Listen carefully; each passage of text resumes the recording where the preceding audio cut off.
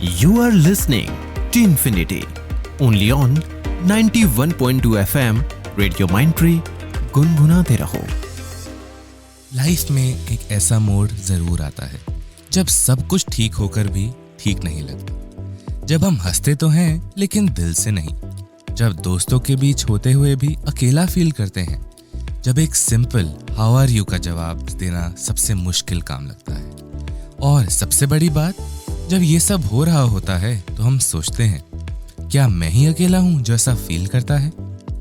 Welcome to the maiden episode of Teenfinity, a brand new show for teens by a teen, only on Radio Mindtree 91.2 FM गुनगुनाते रहो, where we discuss real talks, real issues and real solutions. I'm your teen host Manan Munjal, and this is your space to talk about the real stuff. No filters, no judgments. From mental health to career guidance, road safety to drug abuse, we'll explore it all. Teen style, honest, relatable and always informative. Here at Teenfinity, we don't just talk, we care. That's why we've launched our very own Teenfinity helpline number, a safe space for you to reach out, share your thoughts, your worries or your questions. Even anonymously would do. I'll be revealing the number later in the show, so make sure you stay tuned. We'll also host a live student interaction session where school students from Ambala will ask their heartfelt questions directly to our guests. Our goal? Simple, to spread awareness among the teens of today, the adults of tomorrow. Because your voice matters, your problems matter, you matter. So let's get started. Welcome to Teenfinity, where the real talk begins. And now it's time to welcome someone truly extraordinary to Teenfinity. Joining us today is Dr. Rajendra Rai, a senior medical officer with over 3 decades of dedicated service. After completing his MBBS from Rohtak, he pursued a house job in psychiatry, followed by a PG diploma in mental health, a diploma in community mental health from NIMHANS, and advanced training in psychiatry and addiction medicine from PGI Chandigarh. He's been serving the community since 1993, and for the past 5 years, he's been leading as a nodal officer for the district mental health program and drug de-addiction program in Ambala. But that's not all. Dr. Rai was recognized nationally as one of the best doctors of India for his expert role in recording the dying declaration of a dowry death victim, a moment that made history in the Honorable Supreme Court of India. Before we get to know our guest, let's take a short break. Stay tuned to Radio Mindtree 91.2 FM, Gungunate Raho, where we'll be discussing the length and breadth of mental health. Keep listening to Infinity, only on 91.2 FM, Radio Mindtree, गुनगुनाते रहो। You are listening to Infinity, only on 91.2 FM, Radio Mindtree, गुनगुनाते रहो। Welcome back, dear listeners. You're tuned into Radio Mindtree 91.2 FM, Gungunate Raho, and you're listening to the brand new show Teenfinity, for teens by a teen. Today we're discussing the nooks and crannies of the topic of mental health with our amazing guest, Dr. Rajendra Rai. Thank you sir कि आपने आज मौका दिया इस अपने एक show में, ताकि हम बच्चों की जो मेंटल हेल्थ से रिलेटेड इश्यूज़ के बारे में बात कर सकें। सो स्टार्ट करने से पहले हमारे लिसनर्स ये जानना चाहेंगे कि आपके टीनेज ईयर्स कैसे थे और आपका यहाँ तक का सफ़र कैसा रहा? मेरा टीनेजर्स का एज जो था एक गांव का स्कूल का रहा है, कि गांव में पढ़े लिखे, हम गांव की लाइफ देखी है, शहर में पढ़ने आते थे, बसों का सफ़र किया हुआ है, भाग दौड़ की ज़िंदगी रही है और स्पोर्टिव पूरा समाज रहा है, इसलिए हम यहाँ तक पहुँच पाए हैं। If I related to today's teens, ये हमारे लिए बहुत अलग है और हम इसे रिलेट इतना नहीं कर पाते, एंड हमें सुनकर भी बहुत अलग सी फीलिंग आती है कि उस टाइम पर एंड आज की सिचुएशन में इतना फ़र्क है। जहाँ आज इतनी मॉडर्निटी है, वहाँ उस टाइम इतनी सिंप्लिसिटी एंड बड़े आराम से काम होता था। एंड आपका यहाँ तक का being a professional in mental health, यहाँ तक का सफ़र कैसा रहा? गाँव में जैसे स्कूल में जाते थे तो अपनी जो फट्टी या तख्ती कहते थे उसको गाचनी से या मुल्तानी मिट्टी से खुद एक जोहड़ या तालाब के किनारे करते थे उसकी, और फिर लिखाई सुलेख वगैरह जो लिखना है। मैं पंजाब के स्कूल में पढ़ा हूँ, हरियाणा के स्कूल में पढ़ा हूँ, और जगह जगह जैसे फादर साहब की ट्रांसफ़र होती रही तो अलग अलग जगह हम जाते रहे हैं, अलग अलग कंपनीज़ मिलती रही हैं। हाँ, इसमें एक अच्छी बात है कि जहाँ जहाँ गए अच्छे दोस्त बने हैं, तो अच्छी एक सोसाइटी हमारे साथ रही है। तो ये फ़र्क पड़ा है कि एक पॉजिटिव इम्पैक्ट में लाइफ में। That's really nice, sir. Moving on to the main topic of today's show, understanding mental health. Mental health का मतलब क्या होता है और ये फिजिकल हेल्थ से कैसे अलग है? मेंटल हेल्थ की जो डेफिनेशन जो लेटेस्ट दी है WHO, जो वर्ल्ड हेल्थ ऑर्गेनाइजेशन ने 2012 में दी है, उसके 4 फैक्टर्स हैं। तो 4 के ऊपर सबसे ऊपर है कि ये स्टेट ऑफ वेल बीइंग है, कि आदमी कैसे अच्छा रह सकता है। तो पहला उसमें यह आता है कि हर इंसान अपनी एबिलिटी को रियलाइज़ करे कि उसमें क्या योग्यता है और क्या नहीं है। दूसरा फैक्टर आता है क्या वो छोटी छोटी जो आम डेली की समस्याएं हैं उनसे क्या जूझ पाता है, उनको ठीक कर पाता है। और तीसरा है क्या उसने अपने जीवन में कोई उद्देश्य बना रखा है, पर्पस बना रखा है, ताकि वो एक अच्छी जीवन जी सके। और चौथा है कि वो समाज में और परिवार में क्या योगदान दे सकता है। तो जैसे आज आप और हम दे रहे हैं समाज में योगदान, एक स्पेशल योगदान। तो मेंटल हेल्थ के ये 4 पिलर्स हैं और इसमें इन्होंने मेंटल हेल्थ की डेफिनेशन में जो सबसे अच्छी बात कही है वो कहा स्टेट ऑफ वेल बीइंग होनी चाहिए। उन्होंने नेगेटिव हेल्थ के ऊपर नहीं वर्क किया है। और दूसरा जो आपने कहा कि फिजिकल हेल्थ से कैसे अलग है, तो फिजिकल हेल्थ से ही मेंटल हेल्थ इंटरलिंक्ड है। अब हमारा एक नया मॉडल आया है जो 1970 के आसपास का है, डॉक्टर एंजल ने दिया था, कि ये बायोसाइको सोशल मॉडल है, यानी उसका खुद का शरीर और उसकी साइकोलॉजी जो साइकी है उसकी, और साथ में सोशल फैक्टर्स है, परिवार, समाज, इन्वायरमेंट, उस पर क्या फ़र्क डालता है। तो सबसे मिल के मेंटल हेल्थ बनता है। आप अकेले मेंटल हेल्थ को नहीं चला सकते, तो हमें सबको मिलकर साथ चलना। That's a really interesting perspective, sir. And क्या सैड होना, थोड़ा एंग्शियस फील करना या ओवरथिंकिंग भी मेंटल हेल्थ की इश्यूज़ की कैटेगरी में आते हैं? जीवन में जो सैड होना और डिप्रेशन में फ़र्क है, तो हमें उसको लेबल करना पड़ता है कि सैड होना एक बीमारी नहीं है, नॉर्मल है वो। कि जैसे मान लो किसी के घर में डेथ हो गई, कोई फेल हो गया, किसी की कोई चीज़ छिन गई, तो वो सैड हो गया, तो नॉर्मल ये रिएक्शन है। लेकिन एक उससे ज़्यादा हो जाना, तो ये एक मेंटल हेल्थ इशू बनता है। और मेंटल हेल्थ इशू भी अब 2 तरह के हो गए कि मेंटल हेल्थ प्रॉब्लम है या डिसऑर्डर है। प्रॉब्लम तो डेली लाइफ में सभी की चलती रहती है, सुख दुख आना। लेकिन अगर उसमें कोई एक टाइम फ्रेम लेते हैं, जैसे अगर डिप्रेशन है तो उसको 2 हफ्ते तक ये ज़्यादा होना चाहिए कि 2 हफ्ते से वो सफ़र कर रहा है कि नहीं कर रहा। 1-2 दिन के किसी को सैडनेस को आप डिप्रेशन नहीं कह सकते। ऐसे थिंकिंग है कि थोड़ा बहुत सोचना किसी के बारे में वो नॉर्मल है, लेकिन एक ही चीज़ को बार बार सोचे जा रहे हो, बार बार आप करे जा रहे हो, तो वो एबनॉर्मलिटी में आ जाता है। That would clear a lot of things for our listeners, sir. Before we dive deeper into this interesting conversation, let's have a small musical break. See you after a small break. Keep listening to Radio Mindtree 91.2 FM. गुनगुनाते रहो. Keep listening to Infinity, only on 91.2 FM, Radio Mindtree, गुनगुनाते रहो. You are listening to Infinity, only on 91.2 FM, Radio Mindtree, गुनगुनाते रहो. Welcome back, dear listeners. You're tuned into the brand new show, Teenfinity, for teens by a teen. And we'll be continuing our discussion on the topic of mental health with our specialist, Dr. Rajendra Rai. So, जैसे कि अभी हम Teenfinity पर एक thoughtful conversation कर रहे हैं, तो talking on the context of teens, तो mental health को लेकर लोगों में इतना टैबू क्यों है, especially teenagers के बीच?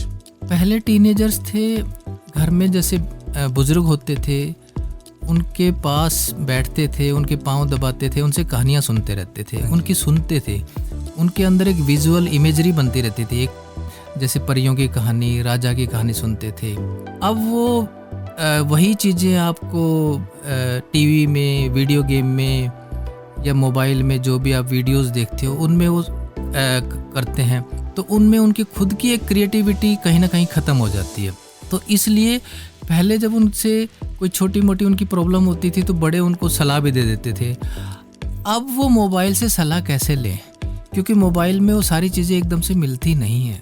तो पहले जैसे उनके साथ टच में रहते थे बुजुर्गों को उनको सारी चीज़ें पता होती थी, 99% बच्चे ने ये किया होगा, ठीक है। अब वो बुजुर्गों से बात नहीं करते, उनसे टच में नहीं रहते, अपने उम्र के दोस्तों के साथ रहते हैं और फिर मोबाइल में सारी चीज़ों का हल नहीं मिलता, तो इसलिए उनको कभी ना कभी लगता है कि ये कहीं ना कहीं टैबू है। तो मतलब इस डिटेरियरेशन का मेन रीज़न है shift to modernity. Shift to modernity में मतलब मॉडर्निटी सभी को चाहिए भी है ना। हाँ जी। कि जैसे अगर आपने यहाँ से कहीं दिल्ली जाना है तो आप बजाय पैदल चलने के आपको बस का सहारा लेना पड़ेगा, प्लेन का सहारा लेना पड़ेगा, कार का लेना पड़ेगा। तो मॉडर्निटी का मतलब साइंस की लाभ और हानियाँ दोनों ही है। तो कुछ एक चीज़ें तो ठीक है, कुछ एक गलत भी है। एंड जो हमारा मेंटल हेल्थ के लिए जो टैबू की बात कर रहे थे हम, उसके रिगार्डिंग क्या, जैसे मॉडर्निटी आई तो क्या माइंडसेट बदल रहा है? जो पिछले कुछ ईयर्स में अवेयरनेस बहुत आई है, स्कूल्स में इसके बारे में बात होनी शुरू हुई है, तो क्या माइंडसेट बच्चों में, पेरेंट्स में, टीचर्स में चेंज हुआ है उनका? माइंडसेट बस इतना ही चेंज हुआ है मॉडर्निटी के हिसाब से कि उन्होंने जैसे मोबाइल से या टीवी से या रेडियो से अपने आप को टच कर लिया है। लेकिन वो जो सलाह दे रहे हैं, जैसे आप और हम आज सलाह दे रहे हैं, उसको कितना मानेंगे, उसको इस्तेमाल करेंगे अपनी लाइफ में? आप और हम उसको जो बता रहे हैं वो सुनेगा नहीं सुनेगा। हाँ, उनको अब जो मॉडर्निटी के साथ जैसे बुजुर्गों से वो दूर हो रहे हैं, तो मॉडर्निटी की इन चीज़ों का भी सहारा लेना पड़ेगा। जैसे पेरेंट्स से वो बात नहीं करते तो कम से कम काउंसलर के पास जा सकते हैं, मेंटल हेल्थ प्रोफेशनल के पास जा सकते हैं। लेकिन वो अपनी उम्र में ही, अपनी उम्र के अपने दोस्तों में ही वो सारी चीज़ें ढूंढते हैं, वो संभव नहीं है सर, क्योंकि वो तो उसी परेशानी से जूझ रहे होते हैं। तो उनको मॉडर्निटी में एक प्लस पॉइंट ये जोड़ना होगा कि उनको किसी न किसी काउंसलर या मेंटल हेल्थ प्रोफेशनल के पास जाना ही होगा अगर वो बुजुर्गों से दूर है। एंड सर, ज़्यादा डिटेल में जाने के बजाय on the surface, can you please tell us कि एंग्जाइटी या डिप्रेशन सिर्फ एडल्ट्स में है या टीनेजर्स, एजेड पीपल, किड्स भी ये इशू फेस करते हैं? जब बच्चा माँ के पेट से पहली बार अलग होता है, उसमें कहीं ना कहीं ये फीलिंग आती है। फिर जब बच्चा पैदल चलने लगता है तो ये फीलिंग्स आती रहती हैं, मतलब नॉर्मल रिएक्शंस है बॉडी के। उसके बाद जब पहली बार जब स्कूल में जाता है, तो घर से जब बाहर वहाँ स्कूल के इन्वायरमेंट में जाता है, तो पहला वहाँ पे ये रिएक्शन फेस करता है। उस समय बच्चे को पता नहीं होता कि वो क्या रिएक्शन फेस कर रहा होता है। लेकिन अगर वहाँ स्कूल में उसको सपोर्टिव इन्वायरमेंट मिलती है तो ये चीज़ें उसको घर नहीं करती है। लेकिन जैसे जैसे बड़ा होता जाता है तो एक उसका फेज चल रहा होता है, घर और इन्वायरमेंट जिसमें स्कूल भी आ गया, तो उसमें वो एक कंपैरिजन बढ़ाता चलता है और कहीं ना कहीं उसमें ये प्रॉब्लम आती रहती है। लेकिन बड़े लोग हैं वो तो सही बता देते हैं। तो जैसे जीव जंतु है, जानवर है, वो नहीं बता पाते, ऐसे बच्चे भी नहीं बता पाते, छोटे बच्चे नहीं बता पाते। बड़े बच्चे हैं वो सिर्फ जैसे पेट दर्द हो गया, वोमिटिंग आ रही है, चक्कर आ रहे हैं, जैसे स्कूल नहीं जाना तो चक्कर आ रहे हैं, पेट दर्द है। या कई बार तो हमारे पास ऐसे पेशेंट आते हैं जो बोलते भी नहीं हैं, कि जो उससे बोलना बंद हो गया एकदम से, इसकी आवाज़ नहीं निकल रही, या कोई मिर्गी का बहाना। तो अलग अलग तरह से सिम्टम से पेश आते हैं, चाहे डिप्रेशन हो या एंग्जाइटी हो, कोई भी। सो सी लिसनर्स, ये सिर्फ आप लोगों के साथ नहीं होता, not only with teenagers, not only with adults, but कहीं ना कहीं ये ह्यूमन बॉडी का ही एक मैकेनिज्म है। एंड आई एम श्योर हम में से कोई नहीं अपना बोल सकता first day of school, and सबको वो फीलिंग बार बार रिमाइंड होती है। So dear listeners, now we'll take a small break and we'll continue our conversation on recognizing the signs for mental health issues. So stay tuned to Radio Mindtree 91.2 FM. गुनगुनाते रहो। Keep listening to Infinity, only on 91.2 FM, Radio Mindtree, गुनगुनाते रहो। You are listening to Infinity, only on 91.2 FM, Radio Mindtree, गुनगुनाते रहो। Welcome back dear listeners. You tune into Radio Mindtree 91.2 FM, गुनगुनाते रहो, on the brand new show Teenfinity, for teens by a teen, where we have real talks, real issues and real solutions. On today's maiden episode, we have a lovely guest, Dr. Rajendra Rai, with whom now we are about to discuss the signs that tell us about mental health problems. So recognizing the signs, जो हमारे mental wellbeing जब spoil हो रही होती है, जब डिटेरियरेट हो रही होती है, तो वो साइंस जो रिकग्निशन होते हैं, तो सर ऐसे क्या साइंस हैं, नोटिसेबल साइंस हैं जो फ्रेंड्स, फैमिली या टीचर्स आइडेंटिफाई कर सकें अपने सराउंडिंग्स में? बड़े सिंपल साइंस होते हैं। जैसे बच्चा स्कूल नहीं जा रहा तो या तो स्कूल में गड़बड़ है, या बच्चे में गड़बड़ है, या घर में गड़बड़ है। लेकिन अगर स्कूल नहीं जा रहा तो स्कूल में पहले सोचना चाहिए, वहाँ टीचर के साथ हो सकता है, बच्चों के साथ झगड़ा हो सकता है, या रास्ते में कोई किसी ने कुछ कहा होगा। तो मेजर साइन तो यही होता है कि वहाँ के इन्वायरमेंट के बारे में पता किया जाए, या होमवर्क नहीं कर पा रहा, या कोप अप नहीं कर पाता। कई बार जैसे भाई टीचर्स तो मान लो 70-80% बच्चों के हिसाब से पढ़ाते हैं, और 1-2 बच्चों की अपनी स्पीड होती है। हर बच्चे की अपनी स्पीड होती है इस दुनिया में जीने की, हर एक की अपनी एक चाल होती है। चाल से मेरा मतलब उसकी एक स्पीड है। तो हर एक की अपनी एक कैचअप करने की, ग्रोथ करने की कैपेसिटी है। तो हर बच्चे की अलग है। तो स्कूल वालों को, टीचर्स को भी ये देखना पड़ेगा, पेरेंट्स को भी देखना पड़ेगा। कई बार जो जैसे अब कोटा में, या जैसे हम नाम स्टिग्मेटाइज कर देते हैं हम कई बार, कि जैसे किसी ऐसे स्कूल में भेजते हैं जहाँ कंपटीशन बहुत ज़्यादा हाई हो और बच्चे एक एवरेज सा बच्चा हो, तो उस कंपटीशन में वो बैठ नहीं पाता कई बार। तो ये चीज़ें भी पेरेंट्स को देखनी पड़ेगी। पेरेंट्स कई बार अपनी आकांक्षाएं बच्चों पे ढोते हैं, वो भी गलत बात है। या हम एक मार्क्स की दौड़ में पड़े रहते हैं, वो भी गलत है। तो बच्चे फिर कहीं ना कहीं ये साइंस दे रहे होते हैं, हमें डेली दे रहे होते हैं नहीं जाने का बहाना बनाने के लिए। ऐसे सिचुएशन में कौन सी स्टेज पर पहुंचने के बाद बच्चे तुरंत मेडिकल या प्रोफेशनल हेल्प लेना उनके लिए ज़रूरी हो जाता है? स्टेज तो ये मतलब अर्ली स्टेज में जैसे पेरेंट्स को पता चल जाता है, या टीचर्स को भी पता चल जाता है। एक कई बार पीयर जो ग्रुप है उनके, उन बच्चों को भी पता होता है, वो बताते नहीं हैं पर कई बार। और पेरेंट्स का ये है कि वो सोचते हैं कि चलो भी आज नहीं तो कल ठीक हो जाएगा, या परसों ठीक हो जाएगा। टीचर्स यही सोचते रहते हैं कि चलो 1-2 बार इससे गलती हो गई होगी। लेकिन जो ये है कि जो जैसे चलो एजुकेशन पॉलिसी में भी है ये कि जो बुलिंग करते हैं हम, जैसे स्कूल में बच्चे आपस में कर लें या किसी भी तरीके से, तो उसके लिए कमेटीज़ बनती हैं, और उसके लिए वो पहले वार्निंग साइन है, रिव्यूज़ हैं, उनकी वर्कशॉप है, उनके बारे में वो ज़्यादा बात कर सकते हैं, पेरेंट्स को बुला सकते हैं, उनको कब डांटना है, कब फटकारना है, वो उसके एक रूल्स गाइडलाइन बना सकते हैं, कब उनको पनिशमेंट नहीं देनी उसकी एक गाइडलाइन बना सकते हैं। तो टीचर्स को भी और स्कूल को भी, मैनेजमेंट को भी सारा चीज़ें देखना पड़ता है। ये ना हो कि एक कई बार ये भी होता है कि गलत स्टूडेंट पनिश ना हो जाए। तो एक प्रॉपर गाइडलाइन हो तो बच्चे को अपने आप पता चल जाएगा, अब उसकी पिटाई होएगी, अब उसका डांट पड़ेगी।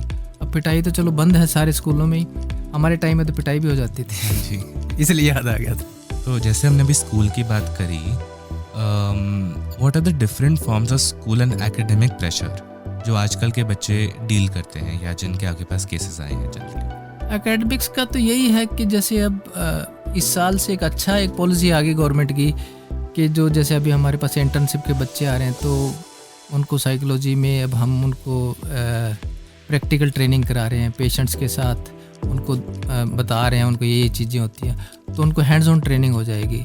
लेकिन पहले ये था कि स्कूल में उनको पता ही नहीं चलता था, तो बच्चे सिर्फ एकेडमिक्स के पीछे दौड़ते रहते थे, ज़्यादा मार्क्स ले आते हैं, लेकिन पेशेंट के साथ बात करते उनको बहुत ज़्यादा पसीने आ जाते हैं कई बार।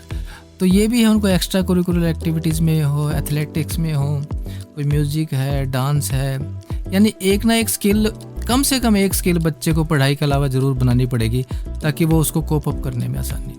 एंड एग्ज़ाम्स के टाइम पर काफ़ी बच्चों को एंग्जाइटी होती है या पैनिक होता है लास्ट मोमेंट पर, तो क्या वो नॉर्मल है हर बच्चे के लिए या अलार्मिंग हो सकता है कि हमें प्रोफेशनल हेल्प की ज़रूरत हो? देखो, नॉर्मल एंग्जाइटी होना तो नॉर्मल है, मतलब थोड़ा सा स्ट्रेस जो है, जो स्ट्रेसर कहते थे हम इसको, स्ट्रेसर वर्ड से ये स्ट्रेस आया है, तो नॉर्मल तो है ये, लेकिन एक हद से ज़्यादा आप उसको सोच रहे हो। एंग्जाइटी की जो सिंपल डेफिनेशन ये दी गई है, जैसे अब दुनिया में है, चलो स्टिग्मेटाइज फिर हो जाएगा वो, कि आप यूक्रेन में हो नहीं लेकिन फिर भी यूक्रेन जैसी यहाँ मान के बैठे हो कि आप एक युद्ध क्षेत्र में बैठे हो, तो वो एंग्जाइटी कहलाती है। अब आराम से बैठा हुआ बच्चा भी ये सोच रहे है कि उसको वो फेल हो जाएगा, तो या तो वो पूरा सिलेबस कर ले टाइम पे, अब उसने सिलेबस तो पूरा पढ़ा भी नहीं है, एक रात में उसको कितना याद आएगा। माइंड की अपनी कैपेसिटी है, उसकी वर्किंग स्टाइल है, मेमोरी का एक फंक्शन है, अटेंशन है, कितना स्पैन ले पाएगा वो, कितना, और जो एक एनर्जी का एक लेवल है ब्रेन का, सारा आप एक दिन में तो यूटिलाइज नहीं कर सकते, और अगर आप कर भी लो तो सारे कनेक्शंस बन जाएंगे, सारे कनेक्शंस बनने के बाद ब्रेन में कौन सा वो परमानेंट हो जाएंगे, अगले दिन आपको याद ना रहे फिर। तो ये बच्चों को देखना पड़ेगा कि जो ब्रेन में जो फंक्शनिंग होती है, जो उसमें वायरिंग हो रही थी उनके कनेक्शंस परमानेंट करने पड़ते हैं, उसको कहते हैं हम रिहर्सल, बार बार करना होता है उनको। अगर बच्चे उन चीज़ों को नहीं करेंगे, बार बार मेमोराइज नहीं करेंगे, बार बार याद नहीं करेंगे, तो नहीं होएगा वो चीज़ें, तो फिर एंग्जाइटी होएगी।